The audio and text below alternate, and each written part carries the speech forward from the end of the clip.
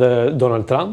Me pjesën me pikat blu shojmë komandantët janë vrarë shumica për tu janë vrarë në Teheran dhe në rrethinat e Teheranit, madje dhe para një orësh ka qenë drejtori i policisë inteligjencës së Iranit, i cili është eliminuar në Teheran, siç duket shërbimi sekret izraelit që ndodhet në Iran nuk e ka marrë vesh ende që janë pushim mes palëve.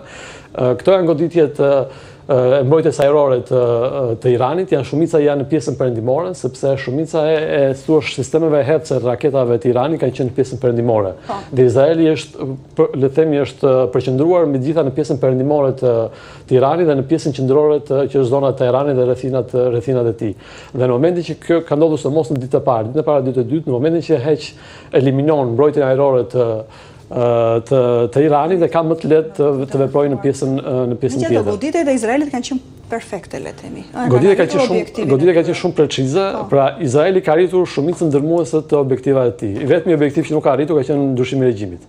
Nëse ka qenë ky objektiv në fillim, sepse kam përshtypjen që nuk ka qenë në fillim, por erdhi rrugës në bazë të suksesit që kishte.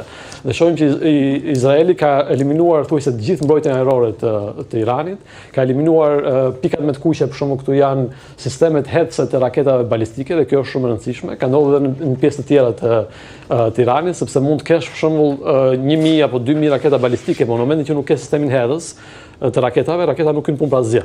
Dhe Izraeli ka goditur vazhdimisht sistemin hedhës të raketave të Iranit. Pjesa me të verdh janë goditjet në zonat e siteve bërthamore, pa goditjen amerikane. Pra kjo është ende pa goditjen amerikane. Dhe kjo është zona e Natanzit, sitet bërthamore e Natanzit, dhe tjetra ka qenë këtu në Fordo, që është zona e Komit. Pra këto ka goditur Izraeli para se të vinin futeshin në lojë amerikanë, që do i shohim në çfarë arritën goditjet e Izraelit? Goditjet e Izraelit në sitin bërthamor të Natanzit, që supozohet ishte praktikisht më i madhi, megjithëse më i thellë ishte ai në Fordo, supozohet jetë shkatruar tërësisht dhe të ketë dalë tërësisht jashtë kontrollit. Sepse goditjet nga sipër mund të shkaktonin zjarre dhe shpërthime brenda siteve bërthamore në këtë rast. Kështu që vetë Izraeli, të paktën mbi gjitha Natanzin, që ishte më i rëndësishmi i siteve bërthamore që kishte Irani, eliminoi vetë. Ka gjithashtu dhe në zonën e Isfahanit kishte një sit tjetër bërthamor, që u godit dhe nga Izraeli, u godit dhe nga Shtetet e Bashkuara. Pra këto site u shkatruan nga goditjet izraelite, pa që nevoja e goditjeve amerikane? Natanzit dhe Isfahanit po. Mund ta shohim edhe tek grafika tjetër që janë vetëm sitet bërthamore. Pra këtu janë vetëm sitet bërthamore dhe le të themi laboratoret e kërkimit dhe uraniumit që ka Irani.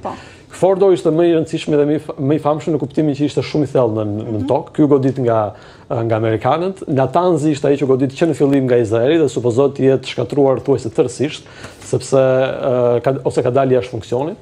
Në Isfahan gjithashtu ka qenë një sit tjetër bërthamor që është goditur dhe nga Izraeli në fillim, po dhe nga amerikanët pas izraelitëve, dhe ky supozohet të ketë dalë jashtë kontrollit.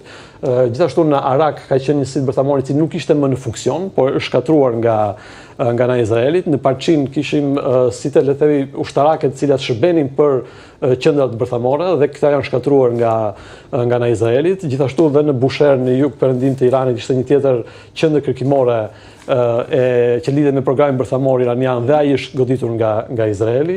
Në Yazd ka qenë një tjetër prapë qendër bërthamore iraniane, por nuk pasuronte uranium, por ishte qendër kërkimore të thuash në programin bërthamor dhe ky është shkatruar nga Izraeli. Pra shohim që shumica e siteve bërthamore dhe qendrave të kërkimit për programin bërthamor që kishte Irani janë shkatruar në radh parë nga Izraeli, me përjashtim të Fordos që u shkatruar nga amerikanët, i cili ishte rreth 90 deri në 100 metra nën tokë. Kur themi shkatruar, janë eliminuar tërësisht, nuk ekzistojnë më këto, nuk mund të funksionojnë më këto site? Kanë dalë tërësisht jashtë kontrollit.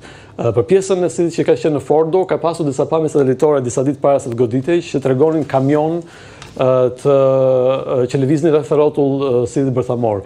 Ka pas shumë mistere në kuptimin që ndoshta është lëvizur uraniumi, ndoshta janë lëvizur centrifugat. Unë disa pamje satelitore kam parë, disa analiza nga ushtarak amerikan, ata kanë hedhur dyshime që kjo nuk është e mundur, në kuptimin që nuk mund të jenë lëvizur sepse nuk mund të lëvizen centrifugat dhe uraniumi me kamion për të lëvizur çimento. Ato kanë qenë kamion që ishin